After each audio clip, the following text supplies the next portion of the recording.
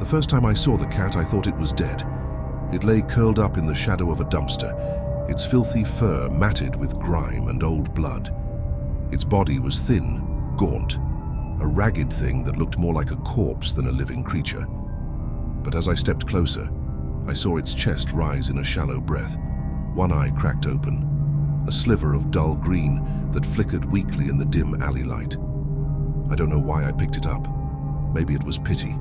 Maybe it was something else. The city had hardened me to suffering, made me indifferent to the silent ghosts that wandered its streets. But this cat, this broken, ruined thing, stirred something in me.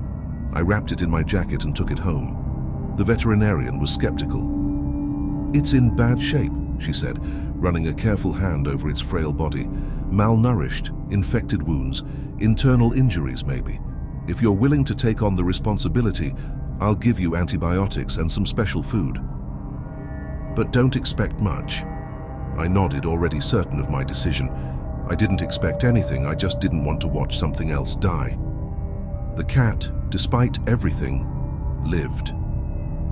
But first, it hardly moved. It lay in the nest I made for it in the corner of my apartment, only stirring when I coaxed it to eat. Its eyes, one green, one clouded with old injury, watched me with a strange intensity, like it was trying to understand me. I called it Ash, for the color of its fur, though it never reacted to the name. Days turned into weeks. Slowly, Ash regained its strength. The bones beneath its skin became less pronounced, and its fur, once clumped and dead-looking, smoothed into something resembling health. It still limped, favoring one of its hind legs, but its movements grew more assured, more fluid. It was quiet, unnervingly so. No meowing, no purring, just those eyes, always watching. Then the gifts started. At first they were harmless.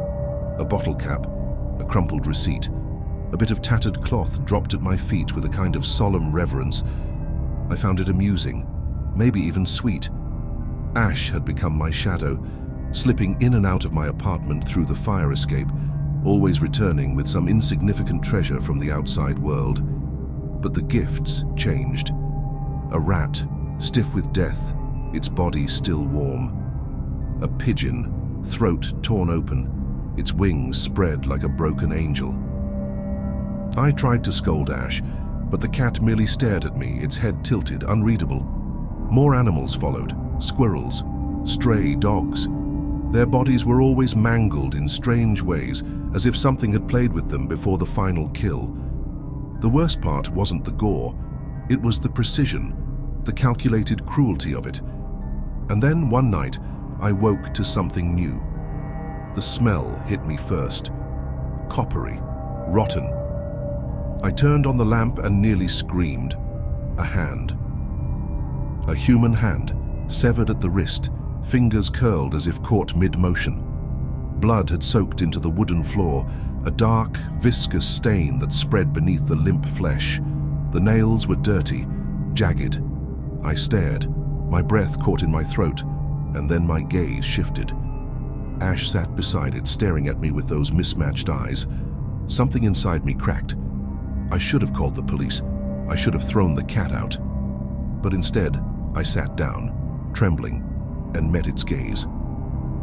The cat blinked slowly, then nudged the hand toward me. A gift. I didn't sleep that night. I cleaned the blood, wrapped the hand in a plastic bag, and buried it in the dumpster behind my building. The entire time, Ash watched, unblinking, but the gifts kept coming. More hands, a foot, a pair of eyes, still wet, staring into nothing. Each night, the horror deepened. My apartment reeked of decay, no matter how much I scrubbed. The nightmares clawed at my mind, and I began to see movement in the corners, shadows that slithered and twisted when I wasn't looking. I couldn't take it anymore. I grabbed Ash and drove miles out of the city, deep into the woods. I left him there, watching me with those mismatched eyes, silent as ever. When I returned home, I felt relief, a sick, heavy relief that curled in my gut like something alive. Weeks passed. The silence in my apartment felt unnatural, empty, but I convinced myself it was over. Then one night I heard the scratching at my window. I turned, heart pounding. And there it was, Ash. Starved. Wounded. Just as I had first found him. Before I could react, he leapt at me. Pain exploded through my hand. I screamed, stumbling back, clutching my fingers. No, my missing finger. Blood gushed, hot and pulsing, staining my shirt. Ash darted through the open door, vanishing into the night. I chased him, my vision blurring from blood loss and panic. Through alleys, across streets until he slipped into the shadows of another building. I burst through the door, breath ragged, only to find another man standing there.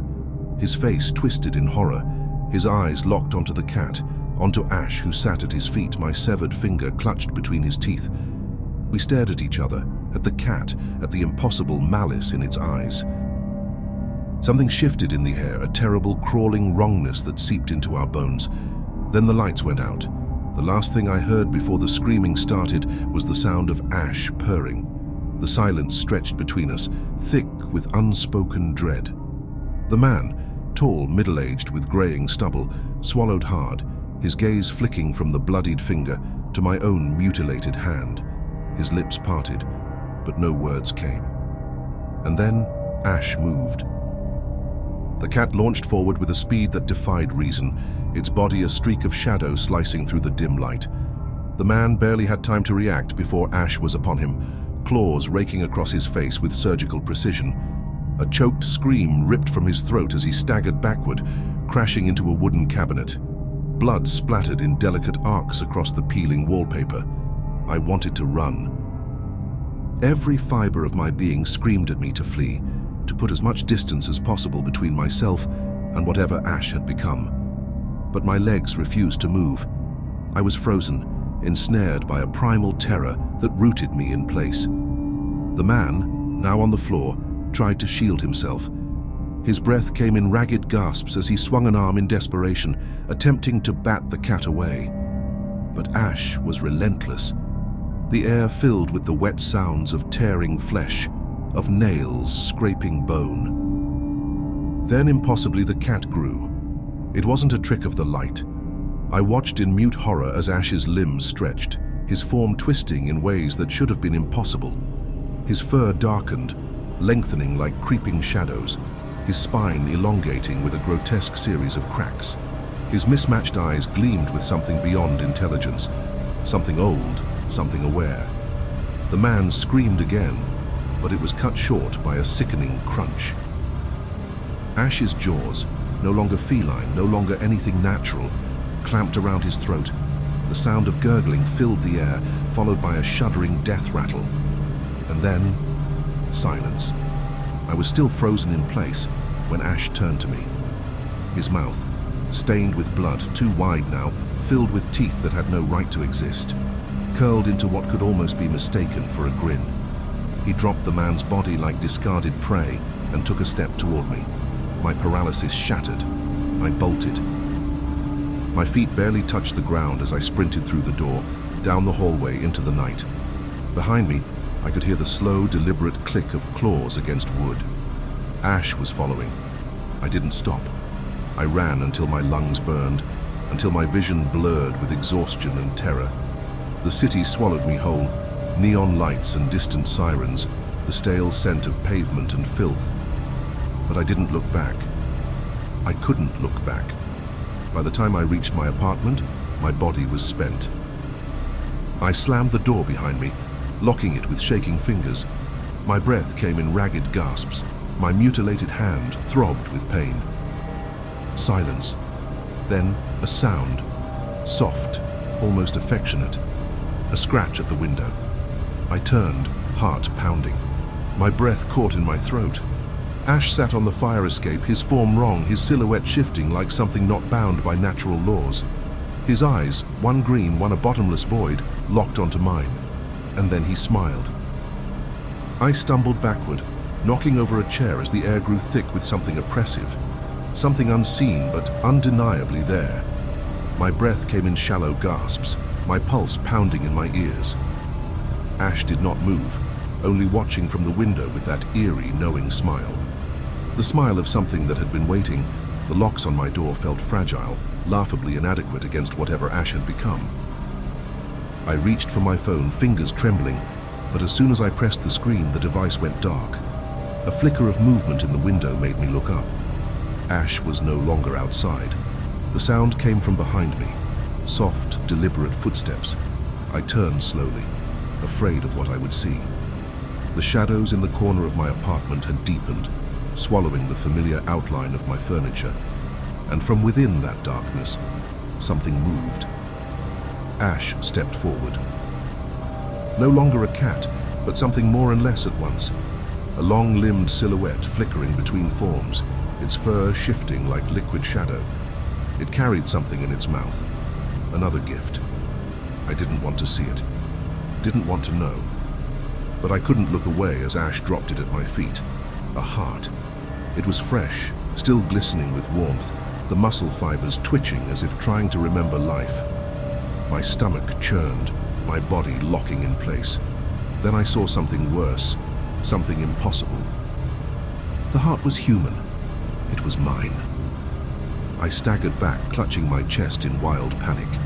The rhythmic thudding in my ears faltered. I pressed my fingers against my ribcage, expecting warmth, the steady proof of my survival. But all I felt was silence, a hollow absence where my heartbeat should have been. Ash watched me with amusement, head tilting in mock curiosity. I wanted to scream, but no sound came. My knees buckled, the room tilting in nauseating angles. The walls, the floor, the very air around me felt unreal, as if I were slipping between moments, unraveling at the seams of something I had never understood. Ash padded closer, his form flickering, stretching impossibly long and thin. He pressed a paw against my chest, and for a fraction of a second I felt it, the beat, weak, distant, as if it no longer belonged to me, his gift, my life. And I understood, in a way beyond words, that I had no choice but to accept it. With shaking hands, I reached down and lifted the heart.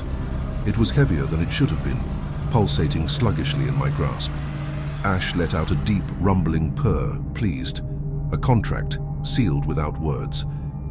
Ash curled at my feet, content, his form once more that of a simple cat. The heart was gone.